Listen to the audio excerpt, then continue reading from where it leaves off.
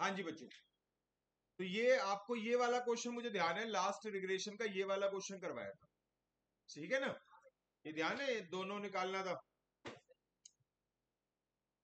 अच्छा, इसके अलावा ठीक है, बाकी तो सारे टाइप के क्वेश्चन करवा दिए थे, एस्टिमेशन वाला क्वेश्चन भी करवा दिया था।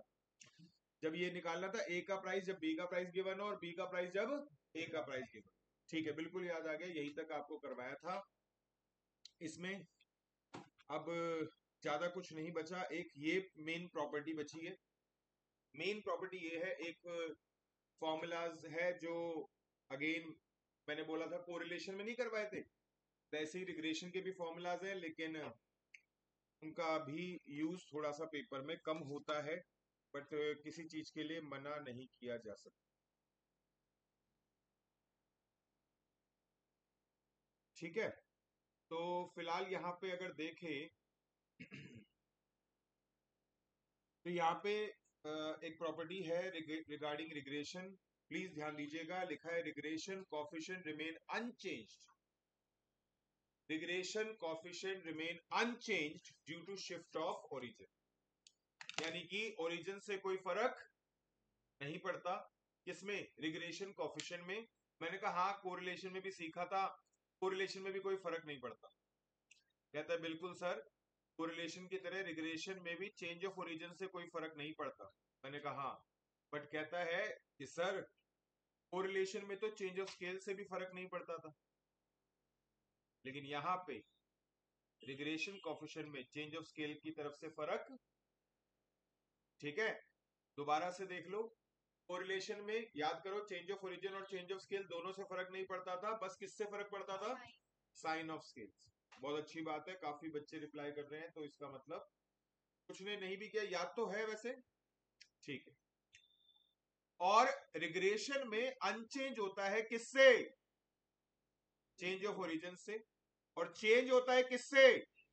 Change of scales. समझ में आ रही है बात? अब ऐसा एक फॉर्मूला इन्होंने बना के दे, ये फॉर्मूला यहाँ पे नहीं है, फॉर्मूला कुछ ऐसा है, सुनना। ये तो चेंज करे गए हैं, x की सभी वैल्यू में से a माइनस फिर p से डिवाइड, y की सभी वैल्यू में से c माइनस और q से डिवाइड। मैंने कहा ठीक है, कर लिया। मैंने कहा अब बताओ क्या करना है? कहता है सर आपका, अगर आपको BVU निकालना है, क्या निकालना है? BVU, ठीक है ना?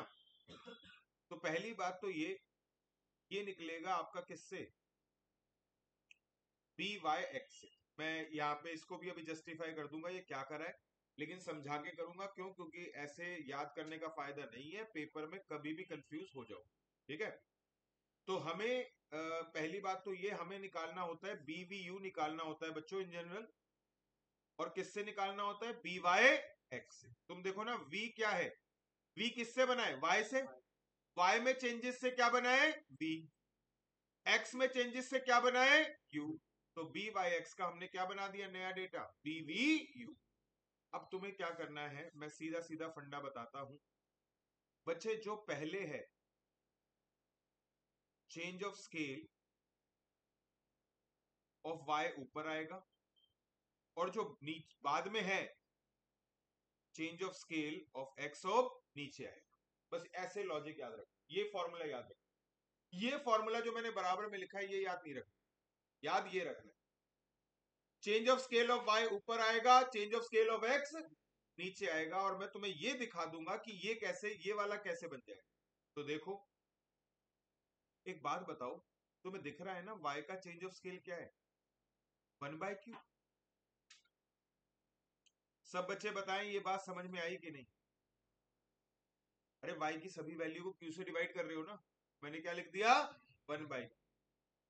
और X की सभी वैल्यू 1/P।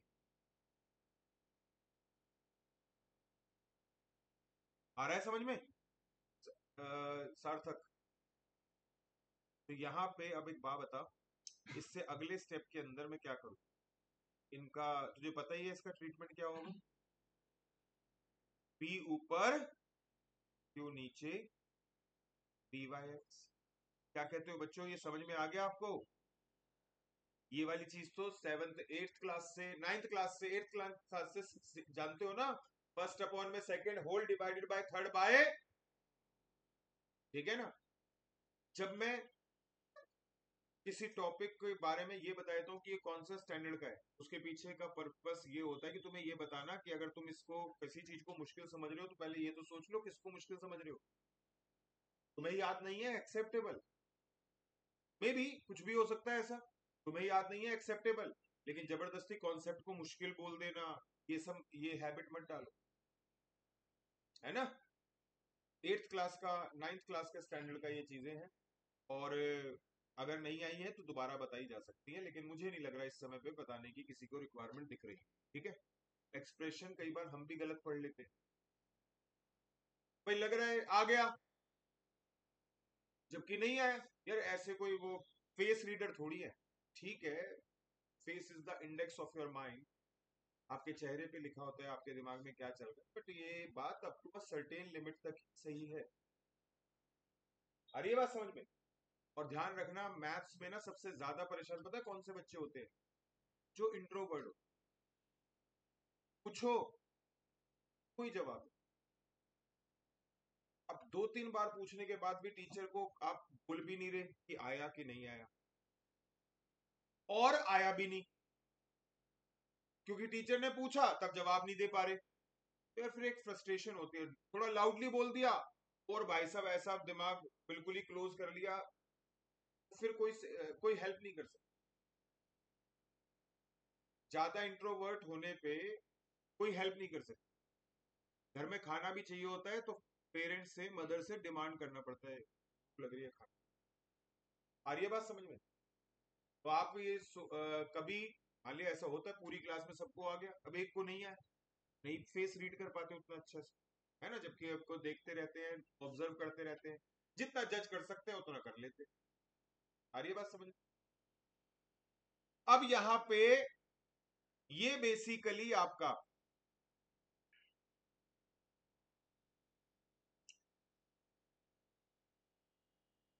ये बेसिकली आपका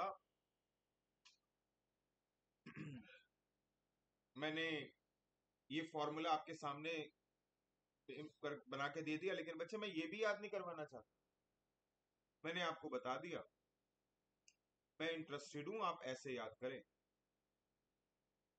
क्योंकि ऐसे याद करने के बाद आपकी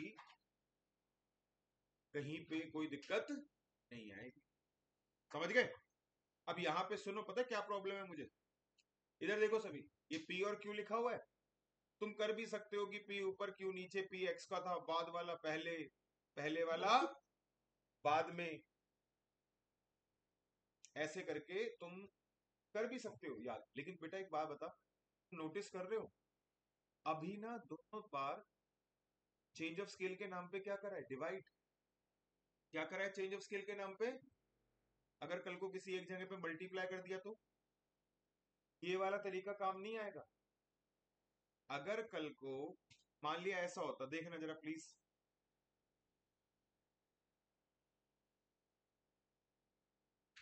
पहले ये बताओ, मैं जो क्वेश्चन पॉइंट रेज कर रहा हूं समझ पा रहे हो? एक जगह चेंज ऑफ स्केल के नाम पे मल्टीप्लाई और एक जगह चेंज ऑफ स्केल के नाम पे। अब अगर मुझसे कोई कहे कि भाई ऐसा है बी बाय एक्स के निकालो, तो मैं इसमें मल्टीप्लाई करूंगा change of scale of X और change of scale of Y, ये सब करूंगा, ठीक है, change of scale of Y और change of scale of X, ठीक है ना। समझ गए बात को? इस पे मत जाया करो कि उल्टा लिख दे, वो कोई बात नहीं, बहुत कुछ चल रहा होता है हमारे माइंड में तो कई बार ये कोऑर्डिनेशन खराब हो जाता है। तो change of scale of Y और change of scale of X, समझ गए बात को? अब यहाँ पे change of scale of Y के नाम पे तो मैं क्या लिखना चाहिए? 1/q, लेकिन चेंज ऑफ स्केल के नाम पे p, चेंज ऑफ स्केल के नाम पे p, और तुझे पता होगा हर किसी बच्चे को यहाँ पे क्यू नीचे आएगा, इस बार क्या हो जाएगा? 1/pq by x, क्या ये बना? इसीलिए मैं ये रटवाना नहीं चाहता, और मुझे लगता है कि आपका मेरा मुझे लगता है अब आप भी एग्री करते होंगे कि डिसीजन सही है। आपको याद क्या रखना है, चेंज ऑफ स्केल और चेंज ऑफ ओरिजिन के नाम पे ये वाला कॉन्सेप्ट, ठीक है। ऐसे ही अगर आपको BUV निकला है तो चेंज ऑफ, और ये क्वाइट ऑब्वियस है, BUV किससे निकलता है, BXY से, तो change of scale of X upon में चेंज ऑफ स्केल ऑफ, पहले बताओ क्लियर है सभी को, पक्का।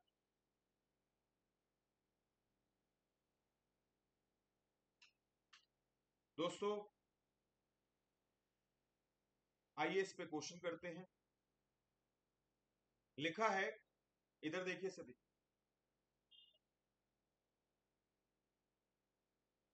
u equal to -3x + 10,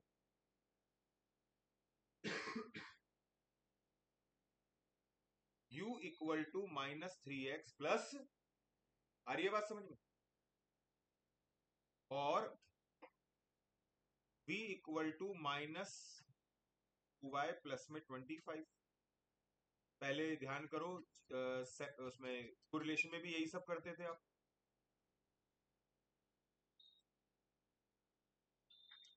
all okay, जो लिखा है इसमें तो किसी को प्रॉब्लम मुझे तो लगता नहीं होनी चाहिए, है तो प्लीज वो बच्चा जरूर बता देगा। अब हमसे कह रहा है BVU निकालो, और BVU निकालने के लिए मैं सबसे पहले यहाँ पे क्या लिख दूंगा, B/X, और ऊपर लिखूंगा change of scale of y। भाई कहां दिख रहा है y, change of scale of y ये लो, -2/5, पक्का। और नीचे लिखूंगा change of scale of x, change of scale of x कितना, -3, जिसे माइनस से माइनस कैंसिल करके 2/15 लिखा जा सकता है, सबको पता है ना इतना तो। और B/X की वैल्यू 0.80, जल्दी से मल्टीप्लाई डिवाइड करो, आंसर बताओ।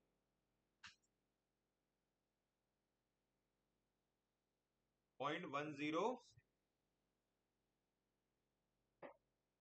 पक्का, ठीक है।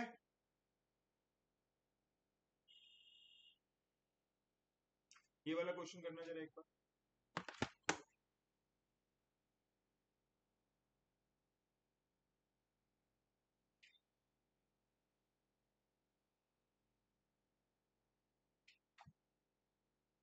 ऑनलाइन सभी को क्लियर है?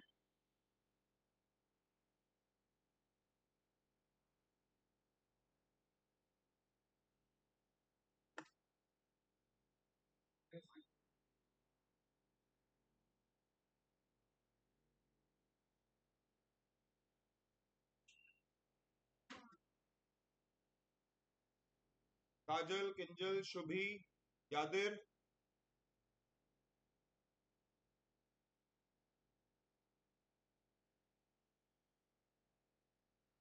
ठीक है यादिर, काजल,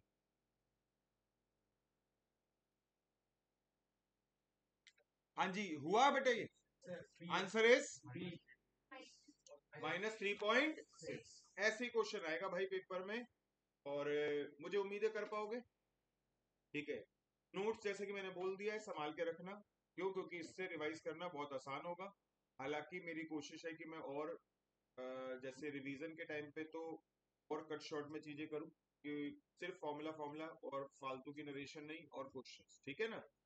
तो यहाँ पे ये मैंने आप लोगों को एक तरीके से क्या है, रिग्रेशन कंप्लीट करवा दिया है। इसमें बेटा आपका एक फॉर्मूलाज जो है भी है, वो देख लीजिए प्लीज। और यहाँ पे शॉर्टकट फॉर्मूला के अलावा जो शॉर्टकट फॉर्मूला लिखवाया था ना, याद करो, फॉर्मूलाज ऑफ रिग्रेशन कोफिशिएंट जो है, इसमें भी प्रोडक्ट मूवमेंट की तरह कुछ फॉर्मूलाज है, और इसमें भी केस 1 है।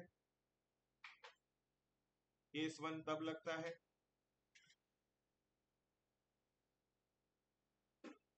when x bar and y bar are whole number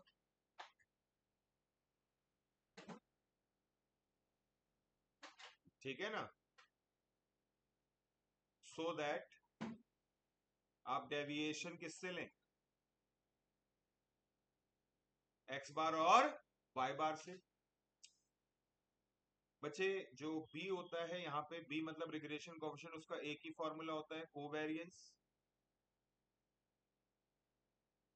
of X Y, और बस डिवाइडेड बाय नीचे नहीं, वो कोरिलेशन का होता था, यहाँ पे होता है वेरिएंस। क्या होता है यहाँ पे, वेरिएंस। अब बेसिकली दो वेरिएंस होते हैं, सॉरी दो वेरिएंस कह रहा हूं, दो रिग्रेशन कोएफिशिएंट होते हैं। एक होता है बी एक्स वाई, जिसमें कोवेरिएंस ऑफ एक्स वाई के नीचे क्योंकि बाद में है y, तो नीचे आएगा वेरिएंस ऑफ y। और ऐसे ही बी वाई एक्स होता है, जिसमें कोवेरिएंस ऑफ एक्स वाई, और क्योंकि बाद में है x, तो नीचे आएगा वेरिएंस ऑफ x।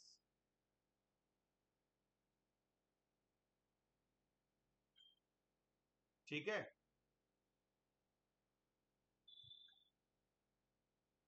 आ रही है बात समझ में। ये फॉर्मूला होता है, और इसी में आपका, अब जैसे ये वाला केस था, जब ये यहां पे मुझे लिखना चाहिए,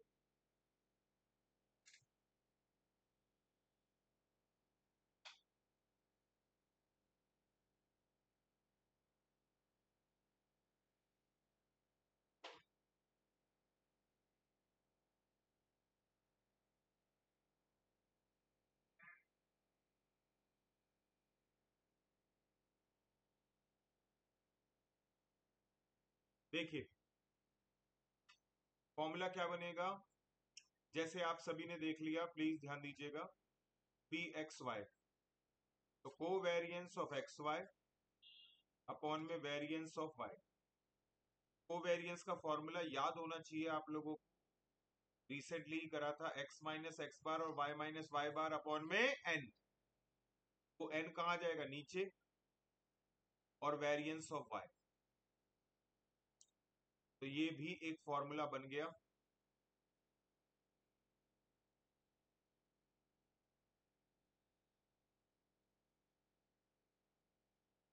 इसके अलावा अगर मैं इसको एक और फॉर्म में लेकर जाना चाहूं, तो उसके लिए मुझे क्या करना पड़ेगा, वेरिएंस का फॉर्मूला पुट करना पड़ेगा। और याद करो वेरिएंस का फॉर्मूला ये होगा, अंडर रूट हटा दो तो स्टैंडर्ड डेविएशन का फॉर्मूला ही किसका फॉर्मूला होता है, वेरिएंस का। अगर ये वैल्यू यहां पुट कर दी, वेरिएंस ऑफ वाई, तो ये इस फॉर्म में आ जाएगा।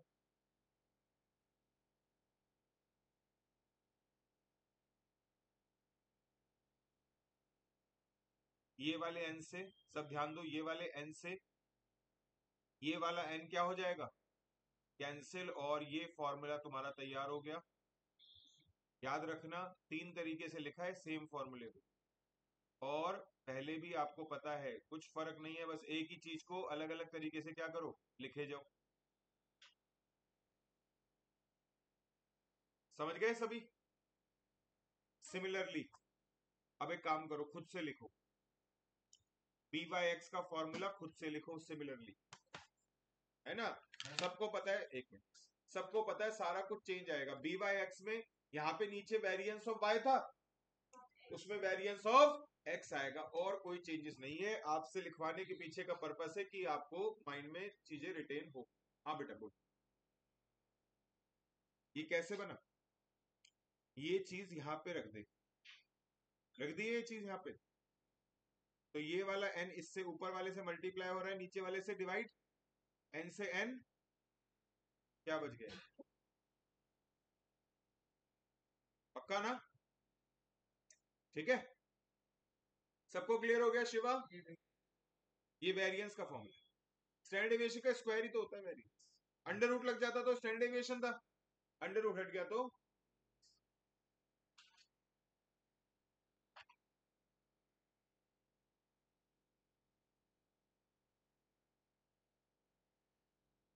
और ऐसे ही सुनो, आपका एक काम करो जरा, जो last to last class correlation के फॉर्मूले सिखाए थे ना, उसके साथ इसे कंपेयर करो, तो जल्दी याद हो जाएगा।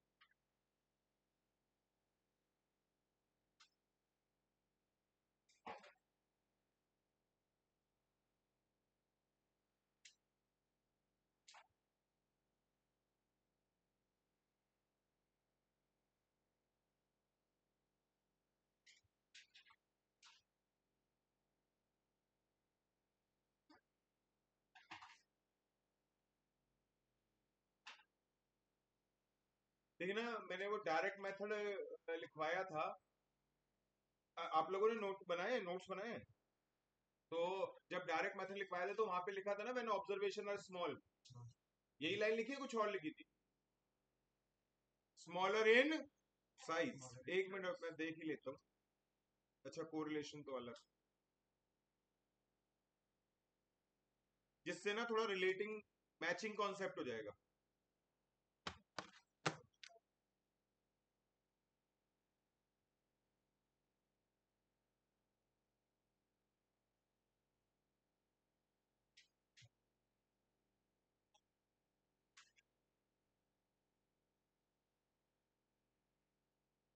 हाँ जी, when observed values pair are smaller in size, ये लिखा हुआ था बिल्कुल बेटा, यही मुझे अब भी लिखना है रिग्रेशन में भी।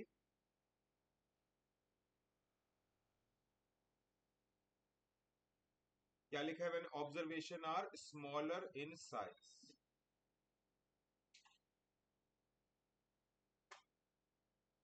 सीधी सीधी बात है, आप यहाँ पे क्या लिख ले, इसे जो ये फॉर्मूला लिखने वाला हूं, इसको वहां पे भी, कोरिलेशन में भी और अभी भी क्या बोलते हैं? Direct method. डायरेक्ट इसलिए बोलते हैं क्योंकि ये विदाउट डेविएशन होता है।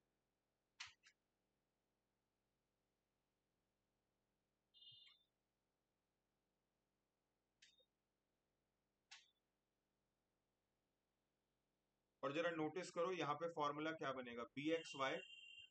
फॉर्मूला तो वही है मेन, जैसे कोरिलेशन में था वैसे ही इसमें, कोवेरियंस अपॉन में वेरिएंस। लेकिन इसी चीज को सिंप्लीफाई करके, जैसे कि मैंने बताया, सुनो, अगर मैं ये फॉर्मूला जो लिख रहा हूँ कैसे बनेगा, अगर मैं ये ब्रैकेट ओपन कर दूं ना यहाँ पे, आपस में मल्टीप्लाई वगैरह करूं, आ रही बात समझ में? तो फिर वो इस फॉर्म में आएगा जो अब तुम्हारे सामने।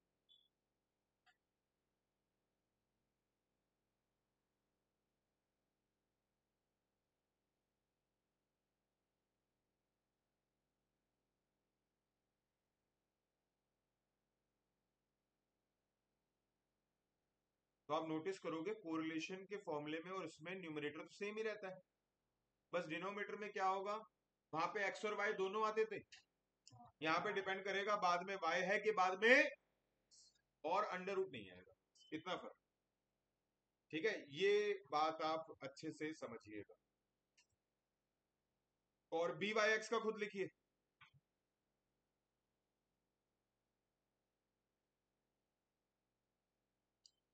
बी वाई एक्स का खुद लिखिए।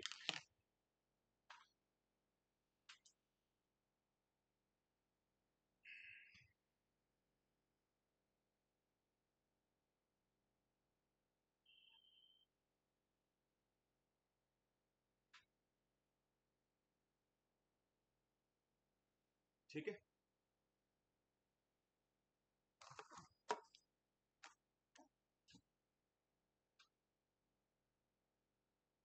और इसके अंदर केस 3 आपको खुद लिख के लाना है। और तुम्हें पता है केस 2 और केस 3 जो थे वो बिल्कुल सेम थे। ये देखो, बहुत बढ़िया, याद है आपको केस, ये रहा, ये वाला केस और ये वाला केस बिल्कुल सेम होते हैं, तो इस वजह से ये खुद लिखेंगे आप। ठीक है, और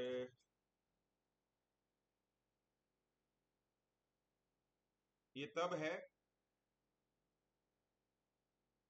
when deviation are from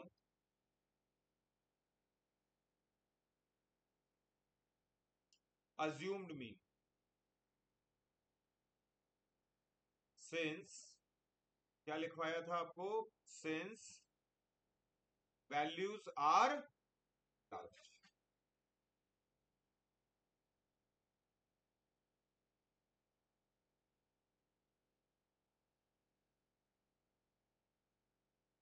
तो आप खुद लिखिएगा बी एक्स वाई और बी वाई, ठीक है। इसके क्वेश्चन कोरिलेशन जैसे ही होते हैं जैसे आपको वहां पे उस समय करवाए थे, ध्यान है, एम प्लस जी टी इन सबका यूज करके लास्ट टू लास्ट क्लास करवाए थे, ये सारे क्वेश्चन करे थे आप लोगों ने, तो बिल्कुल वैसे ही रिग्रेशन के हैं, करवा दूंगा, ठीक है ना। अभी इसके अंदर मेरे पास अभी टाइप नहीं है, ठीक है, और मैं सर्च करने में टाइम खराब करना नहीं चाहता, ठीक है ना। तो जो भी नेक्स्ट क्लास होगी उसमें आपको करवा दूंगा, आप फॉर्मूले लिख लीजिएगा और याद कर लीजिएगा, ठीक है। तो यहाँ पे हम ये रिग्रेशन आपका वाइंड अप करते हैं, ठीक है, और हम आज की क्लास में चालू करते हैं क्या, नया टॉपिक, ठीक है।